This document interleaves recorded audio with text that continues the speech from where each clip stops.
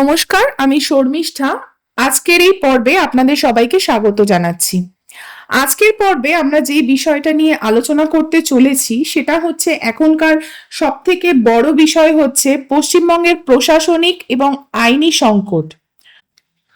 পশ্চিমবঙ্গের রাজনীতিতে এক অস্থির সময় চলছে। একদিকে কেন্দ্রীয় তদন্তকারী সংস্থা ইডি বা সিবিআই, অন্যদিকে রাজ্য প্রশাসন। এবার যে বিষয়গুলো আমরা দেখব, মূলত যে পয়েন্টগুলো নিয়ে আমরা বিচার বিবেচনা করব সেটা হচ্ছে, প্রথমেই দেখব সুপ্রিম কোর্টের নজরদারিতে থাকা স্পর্শকাতর যে মামলাগুলো রয়েছে সেগুলো। কেন্দ্রীয় রাজনীতির নতুন একটা মনস্তাত্ত্বিক রণকৌশল, মারনা কম ঘসিটনা জ্যাদা। আর আজকের দিনটা 15ই জানুয়ারি পশ্চিমবঙ্গের জন্য কিন্তু একটা অগ্নি পরীক্ষা।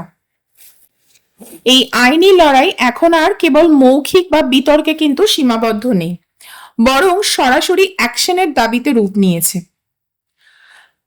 প্রথমেই বলছি যে রাজীব কুমার এবং মনোজ ভার্মা সহ শীর্ষ কর্মকর্তাদের সাসপেনশনের কিন্তু আবেদন করা হয়েছে। অভিযোগ হলো এটাই যে সরকারি পদে থেকে ইডিদের কাজে বাধা দান এবং অপরাধীদের সহায়তা করা। আর এই যে অভিযোগগুলো রয়েছে, এতে সুপ্রিম কোর্টের বিচারপতি প্রশান্ত কুমার মিশ্রা এবং বিপুল পাঞ্চালির যে শুনানি সেটা কিন্তু ভীষণভাবে গুরুত্বপূর্ণ। কর্মকর্তাদের বিরুদ্ধে যে ধারাগুলো প্রয়োগ করা হয়েছে তা কিন্তু অত্যন্ত উদ্বেগজনক। ইডি আধিকারিকদের বেআইনিভাবে আটকে রাখা এবং প্রাণনাশের হুমকি দেওয়া, এটা হচ্ছে বিএনএস 309 এবং 310 ধারার মধ্যে কিন্তু পড়ছে।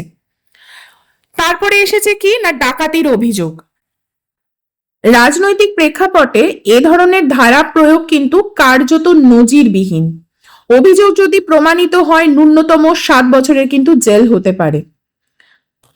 এইসব কারণের জন্য প্রশাসনের আত্মপক্ষ সমর্থনের কি দেওয়াল ভেঙে পড়ছে? দেখুন, মুখ্যমন্ত্রী হিসাবে মমতা বন্দ্যোপাধ্যায়ের নৈতিক পরাজয় বনাম আইনি জয়, এটাই কিন্তু উঠে আসছে এই সমগ্র যে আমরা এখনো পর্যন্ত যা আলোচনা করলাম সেটার মধ্যে। সুপ্রিম কোর্ট যদি মুখ্যমন্ত্রী হিসাবে রিজাইন দিন এমন পর্যবেক্ষণ দেয়, তবে প্রশাসনিক সংকট কিন্তু চরমে উঠবে। কোর্ট যদি কেবল সতর্ক করে ছেড়ে দেয়, তবে তা প্রশাসনের গালে একটা বড় সাংবিধানিক চড় হবে। কলকাতায় কেন্দ্রীয় সংস্থাগুলোর প্রস্তুতি কোনো বড় অভিযানের কি ইঙ্গিত দিচ্ছে? দেখুন, 200-র বেশি ইডি এবং সিবিআই আধিকারিক এই মুহূর্তে কলকাতায় অবস্থান করছে। রাজারহাট, নিউ টাউন ও সিজিও কমপ্লেক্সে সিআরপিএফ এর অতিরিক্ত র্যাফ বাহিনী মোতায়েন কিন্তু করা হয়েছে। আইবি সূত্রের খবর, আগামী 72 ঘন্টা রাজ্যের অত্যন্ত সংকটাপন্ন হতে পারে। এই কারণে সিজিও কমপ্লেক্স কিন্তু এখন মহা দুর্গে পরিণত হয়েছে।